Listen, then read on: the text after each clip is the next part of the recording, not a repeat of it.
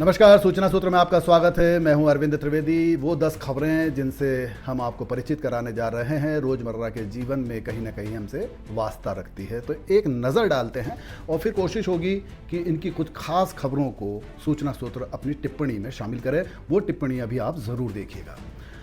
सबसे पहले राहुल गांधी ने संसद में नीट मुद्दे पर चर्चा कराने की मांग की, जिसे सरकार ने स्वीकार कर लिया। नीट पेपर लीक और नीट एग्ज़ाम, शिक्षा सुधार, ये सब बातों को लेकर उन्होंने चर्चा कराने की मांग की थी। सरकार ने उसे स्वीकार कर लिया।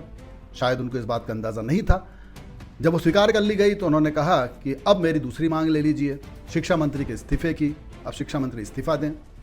शिक्षा मंत्री को इस्तीफे को लेकर उन्होंने विरोध प्रदर्शन शुरू कर दिया और प्रधानमंत्री आवास की ओर मार्च करने लगे। पूरे देश और दुनिया ने देखा कि वहाँ पर फिर क्या हुआ। अंत में उन्हें डिटेन में ले लिया गया और साथ ही प्रियंका गांधी को भी डिटेन कर लिया गया।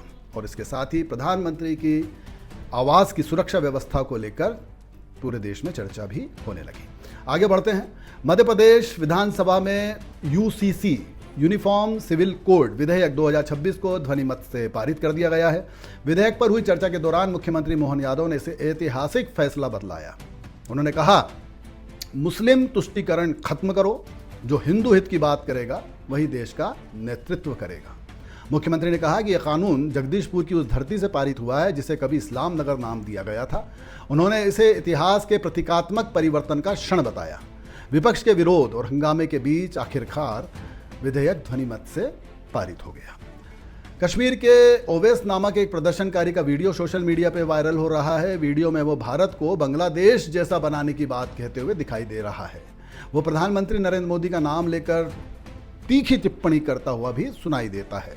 वीडियो में वो कहता है कि अभी आपको अंदाज़ा नहीं है, खेल तो अभी शुरू हुआ है। आगे वो दावा करता है कि जल्दी आपको दूसरे देश में शरण लेनी पड़ेगी। ये बात कही है उसने। दिल्ली पुलिस ने संसद मार्च के दौरान हुई हिंसा के मामले में अब तक 6 एफआईआर दर्ज की है। पुलिस पूरे घटनाक्रम के पीछे किसी बड़ी साजिश की भी जांच गहराई से कर रही है।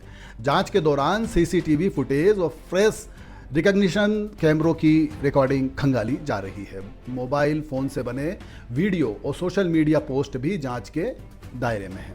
पुलिस आरोपियों की पहचान कर उनकी भूमिका का पता लगाने में जुटी है।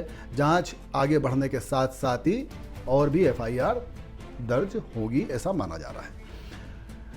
काकरोच जनता पार्टी सीजेपी के विरोध प्रदर्शन को कवर करने के लिए पश्चिमी मीडिया ने बड़े पैमाने पर अपने ग्राउंड रिपोर्टर तैनात किए। साथ ही इस मुद्दे पर विशेष समाचार रिपोर्ट भी प्रसारित की जा रही है। सोशल मीडिया पर भी इस विषय को लेकर सक्रिय अभियान चलाने की बात कही जा रही है। दावा है कि अमेरिकी दूतावास ने 17 जुलाई 2026 पहले अपने नागरिकों के लिए एडवाइजरी जारी की थी। इन सभी घटनाओं को जोड़कर कुछ लोग इसे महज संयोग नहीं मान रहे हैं। हालांकि इस दावों के बीच भी किसी समन्वित या संगठित योजना का स्वतंत्र रूप से प्रमाणित साक्ष्य उपलब्ध नहीं है, लेकिन चर्चाओं का बाजार भी गर्म है और अपने अपने तर्कों से इसे सही साबित करने की भी कोशिश हो रही है कि वास्तव में कोई अंतर्राष्ट्रीय स्तर पर साजिश गैंग तो कहीं इससे जुड़ा हुआ नहीं है, जो भारत की छवि को कहीं ना कहीं मलिन करना चाहता हो। प्रदर्शन के दौरान सुरक्षा बलों पर तलवारों से हमला किए जाने के आरोप सामने आए हैं। दावा किया जा रहा है कि निशाना रैपिड एक्शन फोर्स के जवानों को बनाया गया। इस घटना को लेकर सोशल मीडिया पर कई वीडियो भी साझा किए जा रहे हैं। कुछ लोगों का कहना है कि ऐसे हमलावर छात्रों की श्रेणी में तो कतई नहीं आ सकते। ये बात तो सही है कि वहाँ पर छात्रों से ज़्यादा प्रदर्शनकारी दिख रहे थे और एक विशेष विचारधारा से संबंधित या अपनी अपनी विचारधारा से संबंधित लोग थे, और वो छात्रों की इस मुसीबत का, जो नीट के समय एनटीए के कारण चली है, उसका फ़ायदा भी उठाना चाह रहे थे अपने एजेंडे को लागू करने के लिए। ये भी था, लेकिन इसका मतलब ये नहीं कि मुद्दा खत्म हो गया है। एनटीए की भूमिका निश्चित तौर पर आलोचना का विषय बनी है और बनना भी चाहिए। यूक्रेन के राष्ट्रपति वोलोदिमीर जेलेंस्की ने सेना प्रमुख जनरल ओलेक्सांद्र सिर्सी को उनके पद से हटा दिया। यह फैसला कीव और अन्य शहरों में कई दिनों तक चले विरोध प्रदर्शन के बाद लिया गया। प्रदर्शनकारियों ने सिर्स्की को पद से हटाने की मांग की थी। जेलेंस्की ने मेजर जनरल मिखाइलो ड्रापाती को नया सेना प्रमुख नियुक्त किया। इस नियुक्ति की जानकारी उन्होंने सोशल मीडिया पर जारी की। सरकार ने इसे यूक्रेनी सेना के नेतृत्व में महत्वपूर्ण बदलाव भी बताया। तो ये यूक्रेन के हाल है, वहाँ क्या चल रहा है। अमेरिका ने, माफ़ कीजिए, ईरान पर 1800 मिसाइलें दागी। साथ ही यह भी कहा जा रहा है कि हर एक मिसाइल अपने लक्ष्य निर्धारित करके वहीं पर लगी। हालांकि इस संख्या और हर मिसाइल ने लक्ष्य भेदों जैसे दावों की स्वतंत्र पुष्टि उपलब्ध नहीं है। सार्वजनिक रिपोर्टों के अनुसार अमेरिका ने ईरान पर कई चरणों में हवाई और मिसाइल हमले किए हैं और अभी भी कर रहा है। युद्ध जैसी परिस्थितियों में दोनों पक्ष अलग अलग दावे करते हैं और शुरुआती जानकारी बदल जाती है। तो कुल मिलाकर युद्ध जारी है। तहस नहस कर देंगे ईरान को कह के ताल ठोक रहा है अमेरिका, और अमेरिका जो चाहे कर ले, हम झुकेंगे नहीं, कह रहा है ईरान। शिवसेना यूबीटी प्रमुख उद्धव ठाकरे भी जंतर मंतर पहुंच गए और विरोध प्रदर्शन में शामिल हुए। उन्होंने प्रदर्शन कर रहे युवाओं के साथ अपनी एकजुटता दिखाई। समर्थकों ने उनके इस कदम का स्वागत किया और धन्यवाद भी दिया।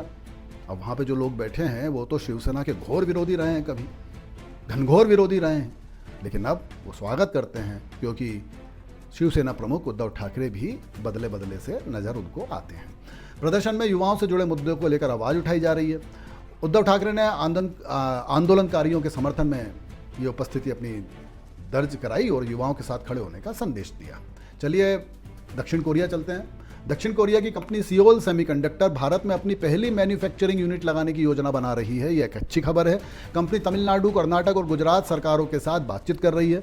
यह निवेश भारत सेमीकंडक्टर मिशन 2.0 के तहत किए जाने की संभावना है। भारत का लक्ष्य सेमीकंडक्टर निर्माण में अपनी क्षमता बढ़ाना है। इस पहल से देश में तकनीकी निवेश और रोजगार के अवसर बढ़ेंगे। भारत की सेमीकंडक्टर निर्माण महत्वाकांक्षाएं लगातार विस्तार कर रही है।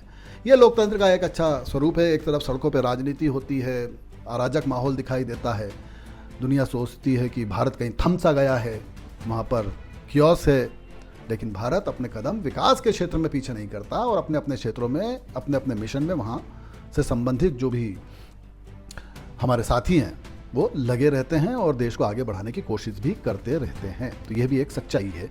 एक अच्छी खबर के साथ हम टॉप 10 खबरों को यहीं विराम देते हैं।